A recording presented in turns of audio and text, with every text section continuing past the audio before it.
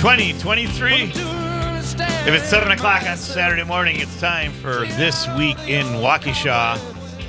I'm your host, cover boy Don Browne, coming to you live and local from the office of former Alderman Don Paul Browne here in the WAUK radio studios in the old NAMI building at 217 Wisconsin Avenue, right around the corner from Theodore Yelman's Park, where we are proud to honor our suffragette heritage here in the Shaw.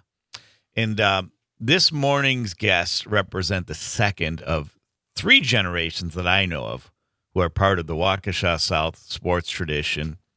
Older brother Billy is currently the boys varsity soccer coach who has put together a winning tradition there, and is also a phys ed teacher. And as a student, he starred in soccer and basketball before continuing that successful career at Ripon College in both sports. Billy returned to his hometown to coach boys varsity basketball before handing over the reins to Bo Richter, and was also an assistant basketball coach at Carroll University. And then younger brother Julian, excuse me as I scroll down on my notes here. Who's unemployed currently. Julian was, and this I just found out, the Associated Press Basketball Player of the Year in 1999, his senior year, when he led the Blackshirts to a conference championship, I believe, and a regional final appearance. He's considered the greatest basketball player in South history, perhaps all of Waukesha high school basketball history, and still owns, more than 20 years later, the scoring and rebounding records. And then he was a member of Dick Bennett's Wisconsin Badger team that went to the Final Four, and he's coached with some major basketball programs as an assistant at Memphis and at Georgia Tech. He also has a master's and a bachelor's bachelor's in psychology from Carroll, where he finished, and a master's in school counseling from Marquette, and has also forged a great career as a counselor. And Julian, I didn't share this with you, but I'm a Spartan, so I remember that 2000 they Flintstone beat us team 4 times. Yeah. But I remember. I still think that's one of the all-time great NCAA teams. You look at. I agree. Just because they, the way the landscape has gone now with the players being so much younger and so forth. You look that was just an old veteran team. So yeah, that's true. Yeah, beat us 4 times that year. Mateen Cleaves, and I remember in that Final Four game, the score at halftime was like 20-4. It was a real defensive battle. Yeah. It was a really low scoring, and I think that was Coach Bennett's strategy against this high-flying Michigan State team. And so that had to be it had to be a pretty exciting experience. Not many people get to go to a Final Four. Yeah, it was neat. That whole ride was sure. Yeah, it was unbelievable. Sure. So, but back to the present day and switching gears to Billy, because we didn't have a chance to meet about another great soccer season. Tell us how the boys finished. Well, we had another winning season. That's 3 winning seasons in a row overall, and we had back-to-back winning seasons in the Classic 8. It was a great year to follow what was arguably one of our best years a year ago. Right. You went to the regional final, correct? We did win the regional final, went to sectionals. Okay. That's You lost to Marquette. Okay. They're number 1 historically every year. Yeah. Top 5 for sure in the state. Sure. And so, to follow that up, the crazy stat this year is we had 2 wins, 0 losses, and 6 ties in the Classic 8. Wow. So I think we finished 4th or 5th, but we had 0 losses. And there's some coaches that we met at the all-conference meeting, and I asked John Bisworm from CMH, who started CMH's boys soccer program in the late 70s, I believe. Really? He's still the coach, and he said he's never seen anything like it. So, wow. The guys bought in. Guys were great. That's and fantastic. because we just didn't know what to expect this year. Sure. Following last year's team, and graduated a lot of seniors a year ago. And without your all-state goalkeeper, Charlie Monroe's right? Charlie decided to play in the MLS Next team. He was all-state. He was keeper of the year in the conference as a junior, and so he chose to play at the club level, and so we had to find a keeper and kind of rebuild in the back a little bit. We changed our formation this year. Had to play a little bit more defensive, which probably led to all the ties. But at the end of the day, we got 3 winning seasons in a row overall, and back-to-back Classic 8 winning seasons. So sure, it's been great. Terrific. Hey, and I forgot, and I apologize to mention our faithful producer Anastasia. Welcome, Anya.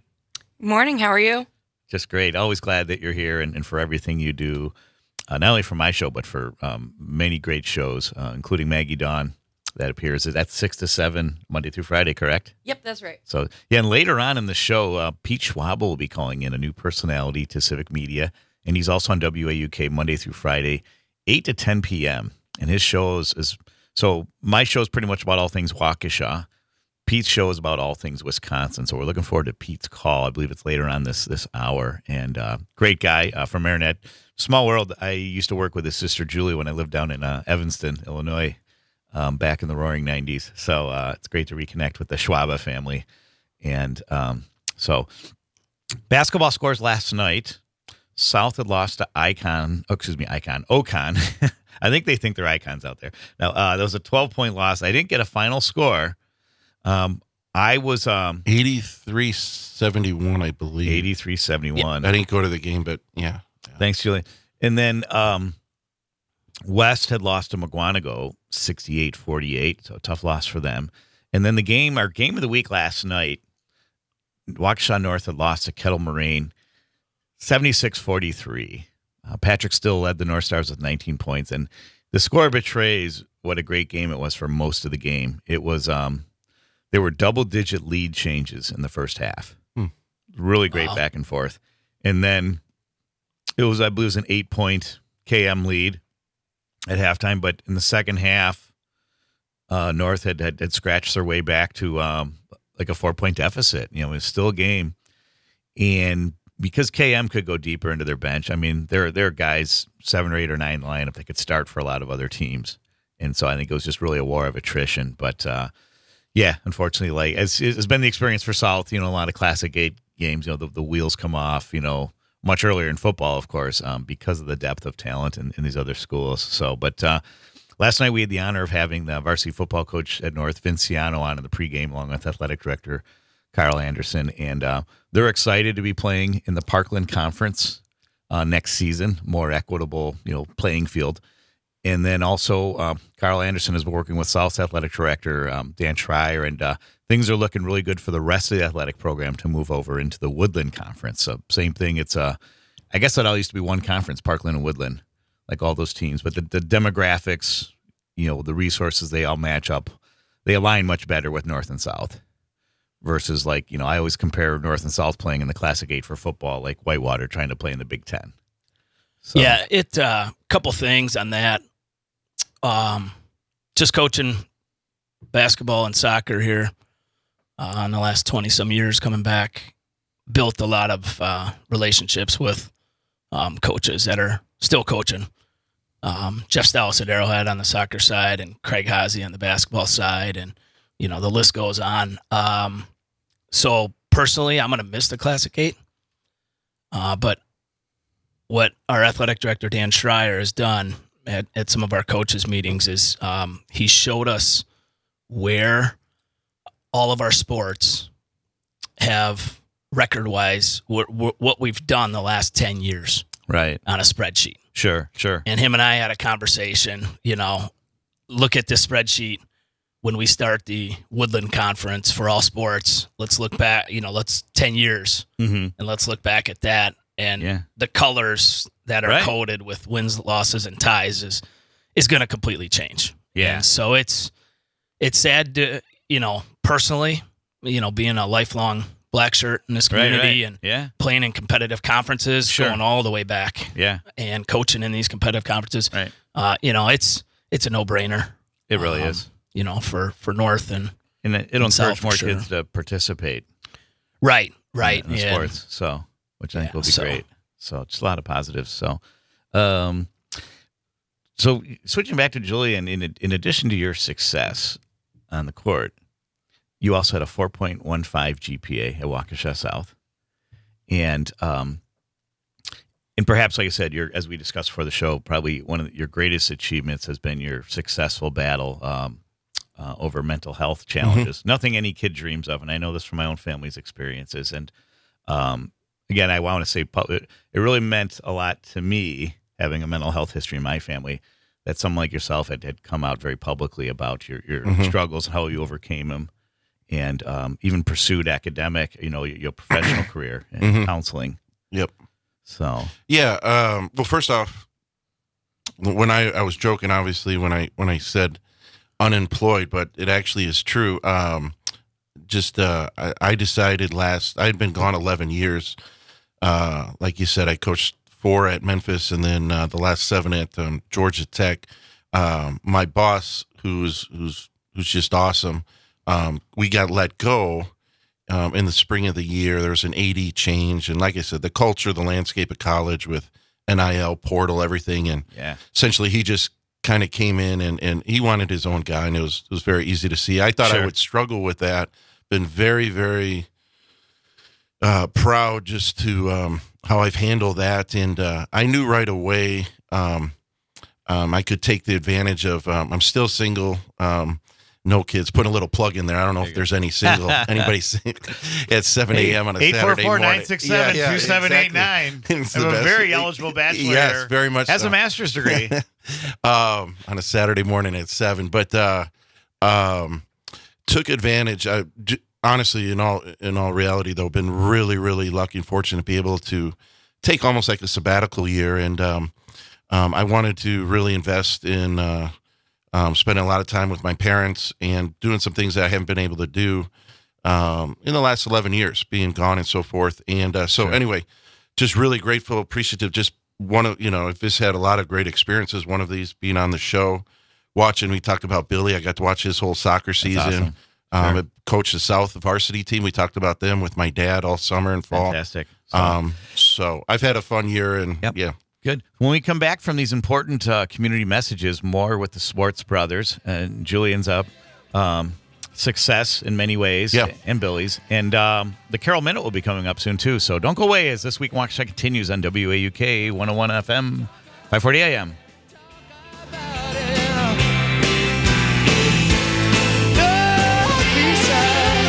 WAUK.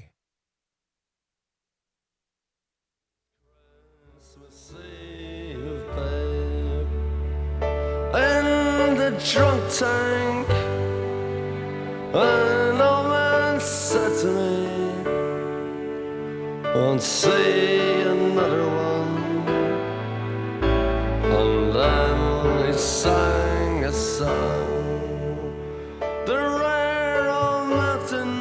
Hey, we're back this week in Waukesha, and I can't play this song enough this holiday season. It's the Fairy Tale of New York by the Pogues, and be our first Christmas without Shane MacGowan, who recently passed away. And this song was performed at his funeral with Glenn Hansard and a collection of other artists. And if you're into the Pogues, or you're into any type of, if you like rock and roll, I highly encourage. Actually, and this is going to sound strange, but I'm Irish. Watch Shane MacGowan's funeral, and because it's like a concert. It's just a great musical celebration of the guy's life. And I just learned that the Catholic Church was very upset about the way the funeral was organized and said it was very inappropriate. But that's, Shane MacGowan wanted to be buried. He was a Catholic, and in spite of his many, what should we say, his own bouts with alcoholism and other struggles, that's how he wanted to be buried. He was buried with one of his favorite LPs, which was the first LP I'd ever bought, and I'm showing my age here, was that Led Zeppelin 2, and a DVD of The Godfather, among other relics. So I thought that was because he loved movies.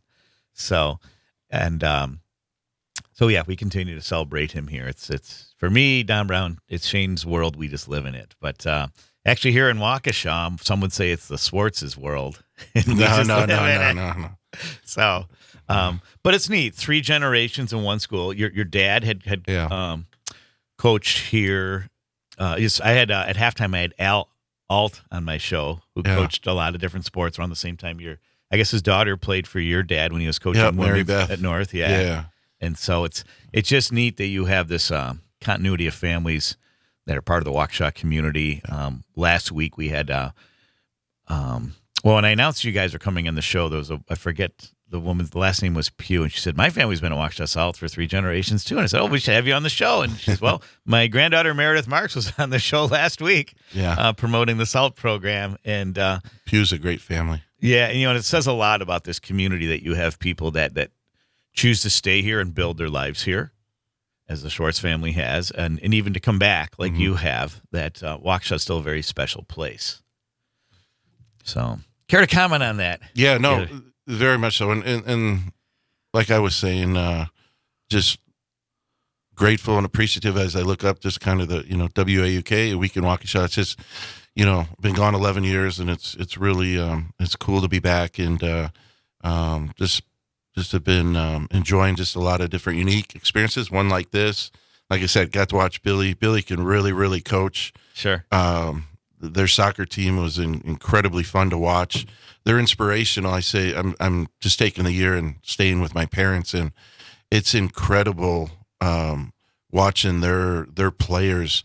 They sneak onto that soccer field over across the street, and it's unbelievable. I mean, there's a reason why they've been so successful. Those guys just play. And it's been really, really neat to see. And speaking with my dad, probably the coolest thing I've gotten to do, I approached Coach Richter this summer, and I got my dad to sit on the bench with me, and we coached the South varsity for 23 games in the summer, and then 10 games in the fall. And just to do that with my dad was extremely special, and then be able to coach Billy's son, who's hurt right now, Morgan, who very, very close with. So anyway, that's kind of what I've been up to.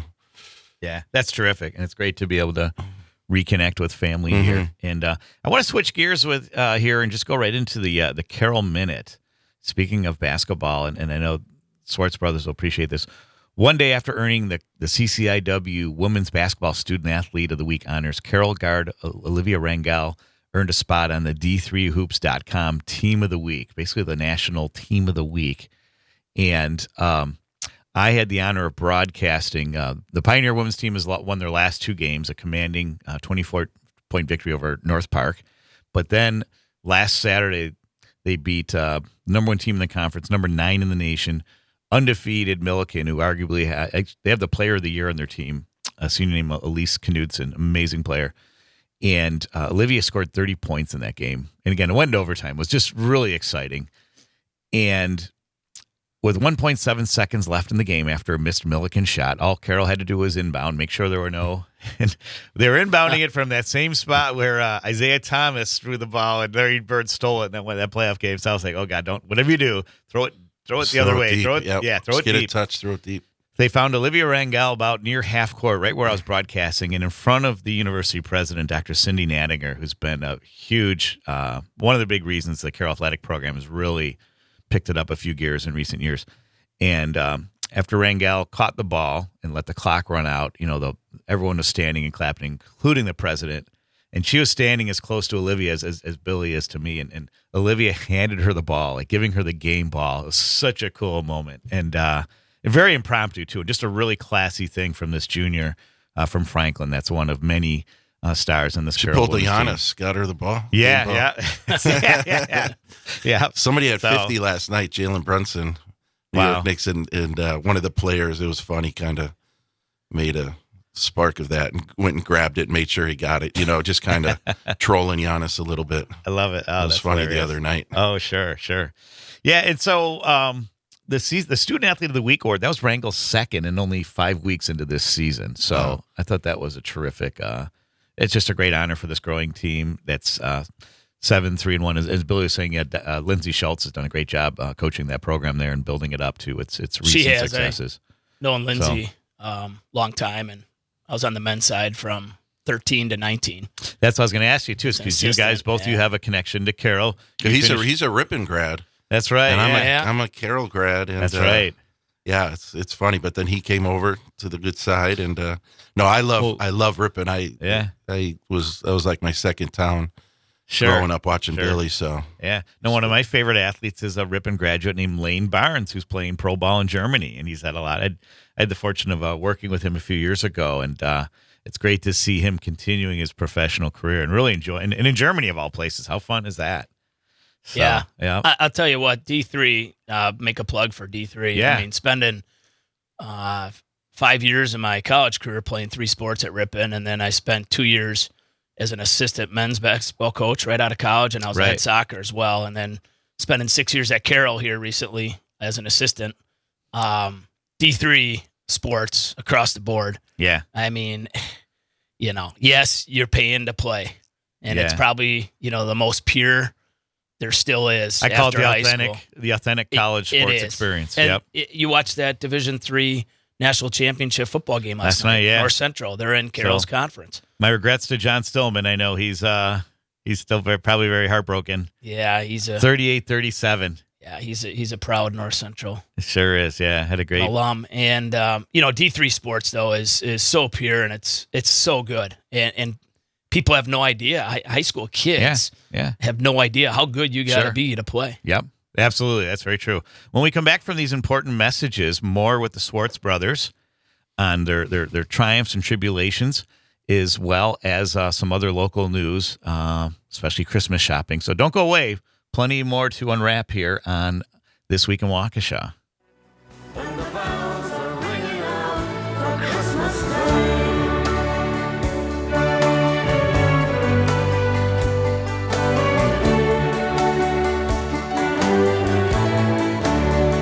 I could have been someone. Well, so could anyone.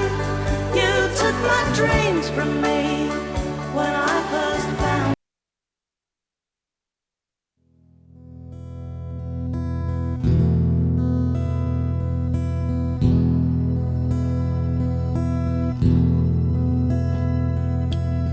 Do you remember that sunny day?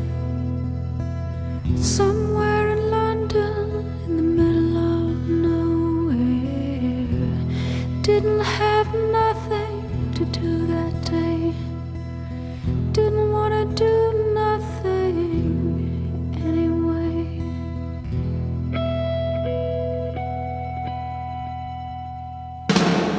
You got a way of walking. You got a way of talking. And it's something about Do you guys know this song? you. No, it's good though. Hey, we're back this week in Waukesha on WAUK 101.1 FM 540 AM, The Shaw. And I'm your host, Don Browne, with the Swartz brothers. And you're listening to Sinead O'Connor with Shane McGowan doing one of the lesser-known great love songs called Haunted. And so I'll make sure you get a link to that, Julian. Julian likes that song. no, That was a great song. And we also lost Sinead O'Connor earlier this year, so it's a nice little ode to both of them. Great, brilliant artists. Sounds like good musicians. napping music. Right Yeah. there. There you go. So, hey, Anya, I think now would be a good time to play that speech again at the 18:05 mark, please, and I'll tell you when to stop, and see if the Swartz boys know it. The youngest member of my family, Joseph, is, and this is a dedicated trophy that a lot. Whoop, we keep bouncing it out.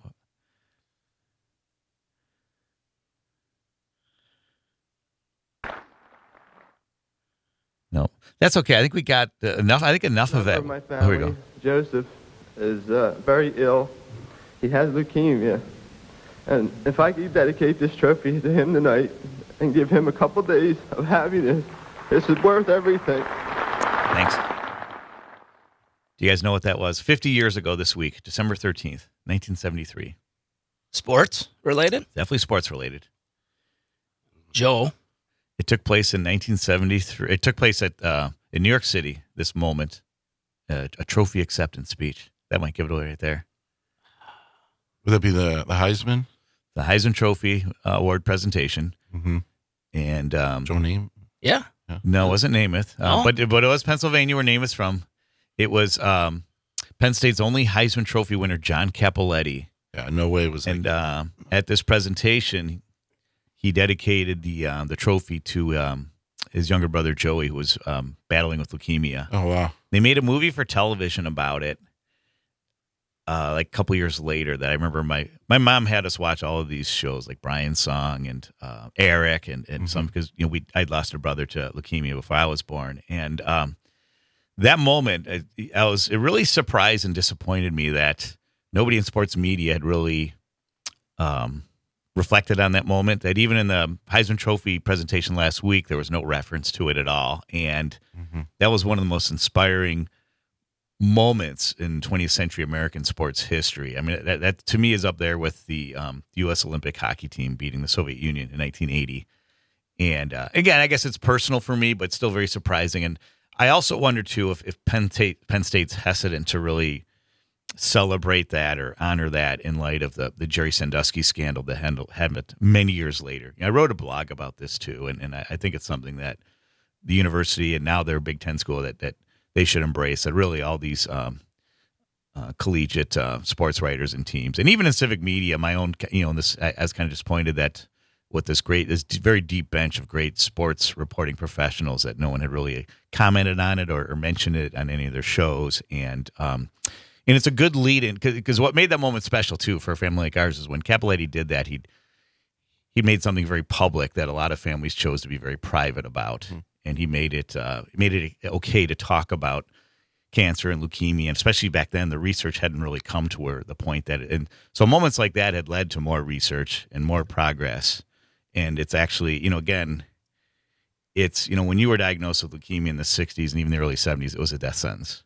But today there's higher percentage of kids and adults that live with it, that survive it. And which is a great lead into, your own personal struggles, Julian, that you were very public about your mental health struggles and how you had fought to overcome them. And it's really kind of you to talk more about this here on the show this morning. Yeah, no, I'm 43 now, and looking back, I think one of the things I'm most proud of is just how open that I was at a time, and again, late 90s, early 2000s,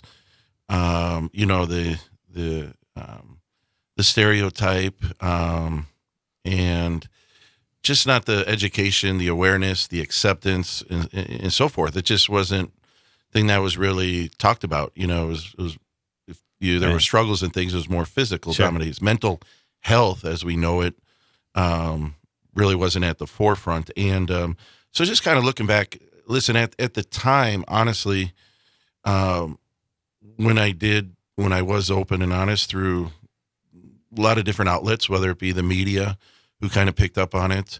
I did a lot of speaking. I spoke probably at every different venue and audience and so forth.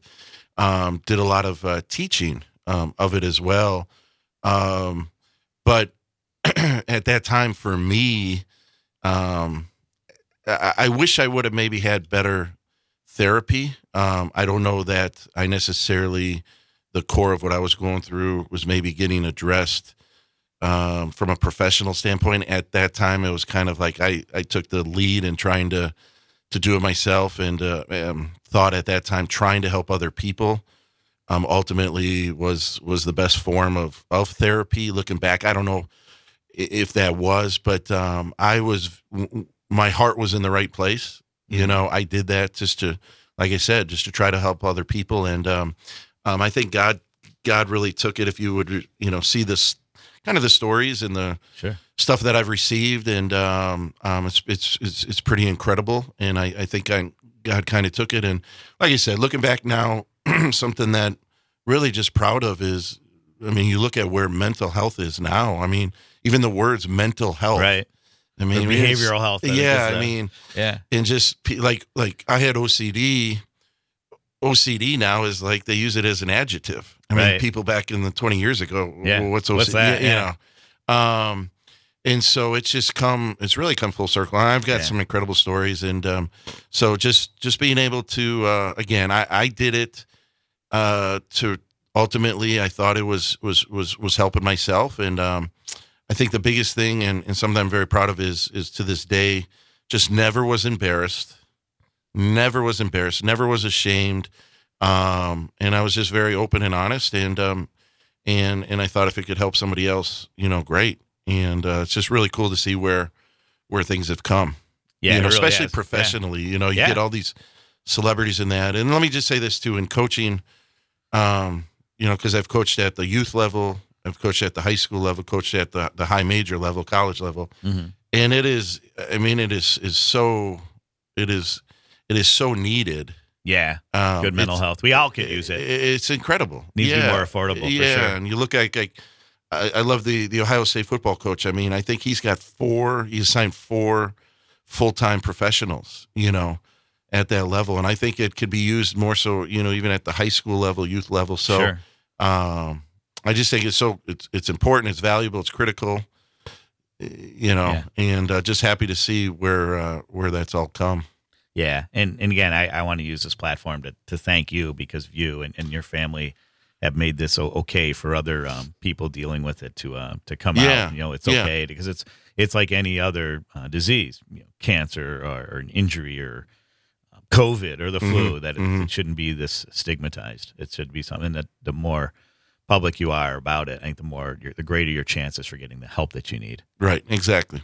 So, especially in this holiday season too, which there's a lot of people that it's can be a very lonely time for many people. No, I mean, even being back, I mean, listen, I've been 11 years in a warmer weather climate, and even kind of transitioning back has been, and obviously, you talk about depression, and there are a lot of different,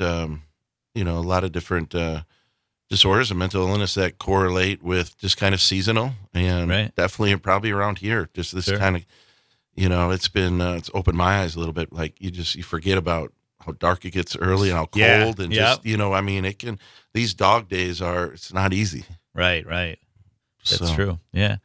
So, and that's what, one of the things one of my family members observed in his travels, that like the people he thought that were the most charismatic were people that grew up kind of in the broader Midwest here, with a lot of cloudy days and not necessarily great weather, because in a lot of ways you had to invent your own fun. You didn't have a beach to go to. You didn't have, a sunny diamond on a beach. I was just waiting for you and your friends to play, like in January or those things. And so in a lot of ways, I think there's a lot of creativity, a lot of great athletes, a lot of great, scholars, I think, come out of this region of the country for that very reason, that you have to kind of take the vacation inside your head, or kind of create your own fun. So, and then I know the Swartz family has for many generations here in Waukesha. Tell us about, and Anya, do we have a caller? Yes, we do. Sorry about that. Who's our caller? We have the one and only Pete Schwaba on the line. Pete Schwaba. Okay, we're going to switch another Wisconsin native who's come home, like Julian Swartz. Pete, how are you this morning? Hey, I'm good, Don. How are you? Good. Thanks for your patience. Pete Schwaba, I was telling you about, from the Marinette Schwabas, has a new show on WAUK and in other stations in the civic media stratosphere called Nightlight. It's from 8 to 10. And after I was broadcasting the North KM game last night, Pete, I caught the tail end of your show, and it was great. There was a guy, I forget, the last name's Anderson. What was his first name? Oh, Frank Anderson. He's great. Yeah, he founded the website, wisconsinology.com. Great website. And if you want some great Wisconsin lore, I highly recommend it. I was reading this morning about a music genre unique to Wisconsin called polkabilly, which I thought was really neat. Yeah. So I was not aware of that, but I will say this, Don. Last night we talked about 10 Chimneys, which is in Waukesha County, right, I believe. Yeah, and it's a former actress, right? Like with Frank. Yeah, it's off there, like off of 83.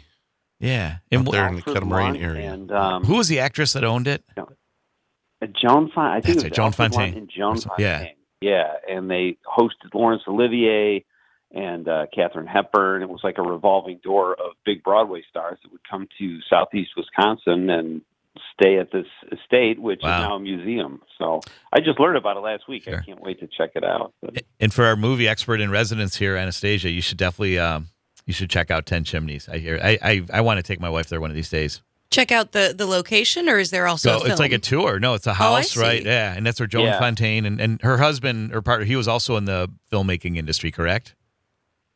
Yeah, they were Broadway stars, the biggest stars in the world. That's what it was. Yeah, and, they would bring people here to southeast Wisconsin to their estate, and it's a museum now. It's supposed to be really cool. That's what I heard. So yeah, we definitely want to check that out. So, but your show is about kind of all things Wisconsin, kind of like what my show is like, all things Waukesha. And I've noticed, I've lived in many places, and one thing I know about, there is kind of a Wisconsin state of mind that's almost universal.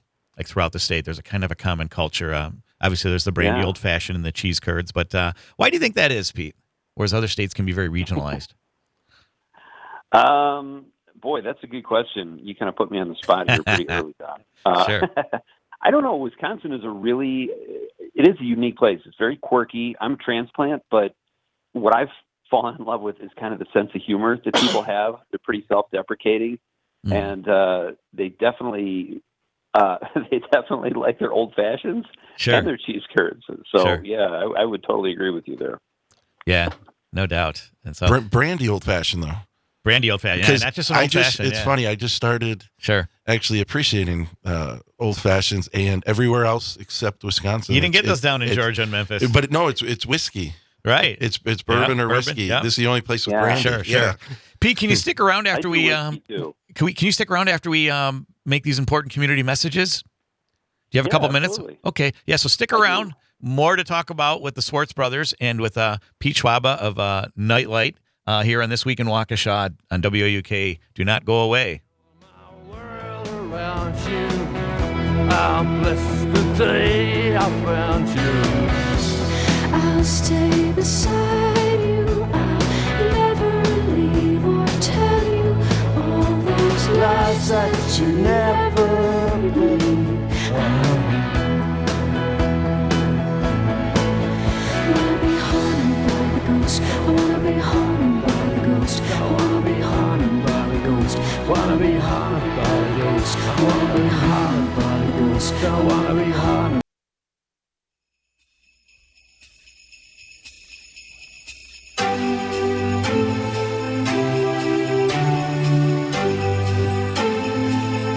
Here we're back This Week in Waukesha, and we played this song last week, and to these Waukesha natives, Julia and Billy Swartz, see if you can recognize the band. The vocals should give it away. This ain't my area, Billy. It's all you. If I tell you where these guys are from, you'll know. Tell you what, they used to record albums when back in the dark days of Waukesha downtown. Maybe the early 90s. Yeah, Bodines. Oh, right. I love this is their Christmas song. Christmas time, yeah. I saw the Bodines in concert in high school. Nice. But they used to speak about Main Street. And yeah. Anya, have you been to Mountaintop Cafe yet on Main Street? I have not. That's the great spot. In fact, I'll be there after the show meeting small business champion and realtor Troy Thiel, and he's meeting a local city planning expert named Michael Stump. So I'll get to meet for the first time. So I'll be about Mountaintop, further down on Main, a few doors down from People's Park, was back when that was a boarded up building. It was the landlords would rent it out to bands like the Bodines because it was space and they could make a recording studio out of it. And that's where some of the Bodines' best stuff was made, including other bands. That's awesome. So my dad, a long-time sixth grade teacher, and he had one of the Bodines in class. Oh, really? Yeah. That's neat. He had a lot of, Sam Milanis, I think. Yep. Was that it? I think so.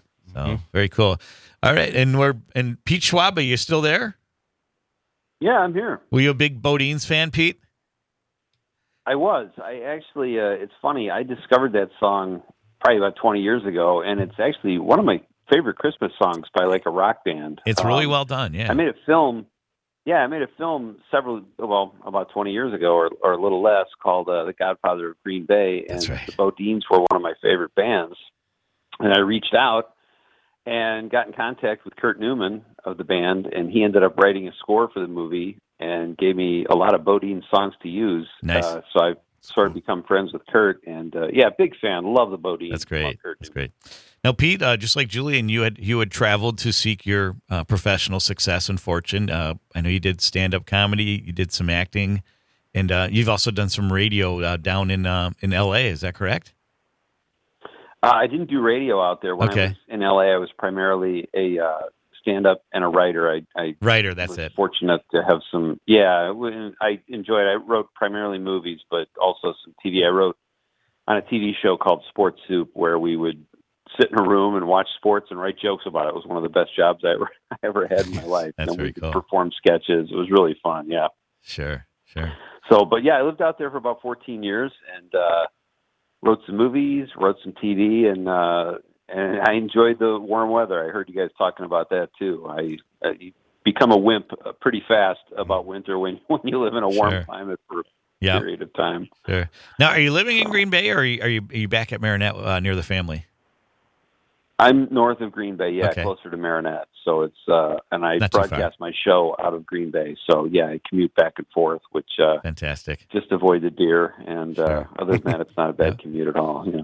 Now, Pete had me as a surprise guest on his show, and that was a lot of fun. And the show we mentioned that we, what should you say, a mutual acquaintance, or I have a history with the Schwab family that Pete didn't know about. I did not. Yeah, you were Julie, my sister Julie. You guys both worked in Evanston at a restaurant. Was it the Davis Street? It was a restaurant group called the Clean Plate Club, and it was 4 conceptually unique restaurants. And the first restaurant was the Davis Street Fish Market, which was Chicagoland's first attempt at, or successful attempt at, Cajun, like New Orleans style seafood. It was a really fun place. Like, there was no menu. The menu was a big chalkboard, or different chalkboards, because the fish was coming in fresh daily. And they took, there was an actual retail fish market in the front as you walked in near the bar, and they would cut out fish paper, and that became the tablecloth. The servers all had shorts and running shoes, and the T-shirts on the back. It said Davis Street Fish Market on the front, but on the back it had a picture of an old guy carrying a big crate of crabs, and it says, "Forget about the meatloaf, Mama. I'm coming home with the crabs." And there would be an hour wait for dinner, even on a Monday night. It was such a great place, and it was so much. Friday nights. That was the first place. Oh, sorry. Go ahead. You go ahead. Yeah. Well, I was just going to say, my wife and I went there at Julie's urging for lobster, and all I had ever had to that point was lobster tail. So we get there and they put this full lobster on the plate, and I'm like, I kind of didn't even know how to go about it. It's a little overwhelming. Sure. Like, what parts of this do we eat? So, but it was a great atmosphere and a really fun place. Yeah, it sure was. Yeah, and the other places, there was the place that I kind of cut my teeth was a place called Tommy Nevin's Pub, or most people knew it as Nevin's Pub, and it was the first Irish pub concept that wasn't in an urban Irish neighborhood. Evanston's urban; it's where Northwestern is. But it wasn't in an Irish neighborhood, and we had Irish or Irish American staff. We had perfect pint of Guinness. We sold the most Guinness in the state of Illinois, and it was really great. We'd have traditional music on Sundays, and on St. Patrick's Day, when there'd be a line out the door, the owner would come out with a bottle of Patty, which you couldn't get in the U.S. at the time, and he'd have little plastic shot cups on a tray, and he'd pour the Patty, and he'd give it to people while they're waiting in line in the cold. It's there were just so many great touches. We also had a barbecue place and a New York style jazz steakhouse that had live jazz every night. So it was really great. If the owner hadn't died in '95, I'd probably still be working for him. It was a real impresario, and and you got to meet people, colorful people like Julie Schwab, and now her brother Pete. So it's that experience is a gift that still keeps giving. So, and Julie's back in Wisconsin too, right? After a time in LA. She is. I was just going to say, she went out to L.A., I don't know, a few years after we did, lived right by us, and then we came back to Wisconsin about 10 years ago, and then Julie came back about, 4 or 5 years ago, and now she lives really close to us, too. That's great. So, it's fun, and sounds good. Can't put a price on being close sure to can't, family, Well, Pete Schwab, I can't wait to catch more of your show Monday through Fridays, 8 to 10 p.m. And think about putting the Swartz brothers on your show one of these nights. They're a big part of Wisconsin 8 history. to 10 p.m. is more my time. Not since this year, this 7 to 9 is early for me this year. We'll do that for sure. Said, you got to come back on, Don. It was fun. It sure was. Yeah, let's do it again soon. And Pete Schwab for Nightlight, thanks for calling in, and looking forward to seeing or hearing more great things on your show Monday through Fridays here on WAUK 101 FM 8 to 10 Monday through Friday. Thanks again, Pete. How much time we have before likewise, buddy. Thanks, so we got 1 minute left, and when we come back from these important messages, we've got another full hour to spend with the Swartz brothers and a lot more to unpack about growing up here in Waukesha, your parents' influence on you, and as well as a progress report on Morgan Schwartz, Billy's son, who's recovering from an ankle injury suffered in the New Berlin West game, and some great Christmas shopping tips, too, as well as some more community news from the city, and including a federal complaint that was recently filed. So lots to unpack here in the second hour of This Week in Waukesha on WAUK 101.1 FM, 540 AM. Do not go away. Look a stranger in the eye.